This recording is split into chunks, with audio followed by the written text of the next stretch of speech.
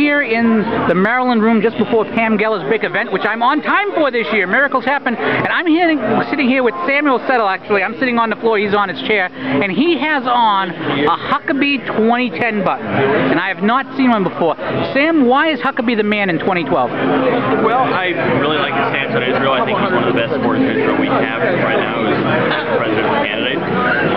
There are a lot of good candidates, but I think one of the things Huckabee did in 28 was to demonstrate that he can run a good campaign. He can run it on a very small budget, which is the rest to say. And frankly, I like his stance on a lot of issues. I think he's done a very good job of committing himself to the right foreign policy positions, to the right tax positions. I love the fair tax. And I think he could strike a populist note that we're going to need in 2012 to overcome the Obama machine. Now, you're here at the Pam Geller event. Why is this event so important to you?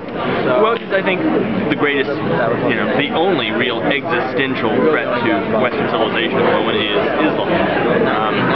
Communists are more or less out, Nazis are more or less out, but to some extent they both have an heir in a lot of the Islamic states, and I feel like it's important to call attention to that. I think Pamela Geller and Robert Spencer have been doing a great job of pointing out the threat to Western civilization, and I want to come here and support them. Now, one of the things that have always fascinated me is that states that are essentially Judenrein,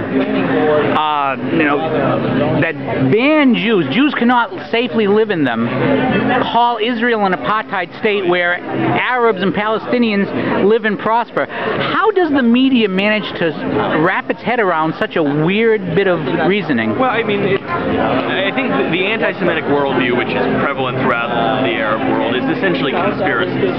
So everything is, no matter what fact you give them, they will bend the fact until it fits into their worldview.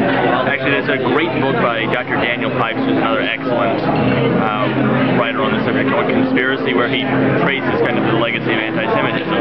And again, once you buy into a conspiracy theory, it doesn't matter what the fact is, you can always twist and massage it until it fits into your nice preconceived world. Now that explains the Arabs. What about the media? What's their excuse? Well, I think there are two things. One is that I think there is a lot of at least latent anti-Semitism in the Helen Thomas, come on down. Yeah, Helen Thomas, exactly. I think it's also the media is mostly leftist, I think it's fair to say. And leftists, even when they're not explicitly anti-Semitic, they really cannot stand the idea of development. I mean, they're fundamentally anti-development. So Israel being the only developed nation of any significance in the Middle East automatically becomes a source of criticism because they're actually succeeding. And in the leftist worldview, success equals oppression. So for different reasons, they wind up hating Israel just like the Arabs do, and so they buy into the same kind of conspiracist nonsense because it just makes it easier to justify their world. Well, Samuel, thank you very much for your time, and I hope you enjoy the presentation.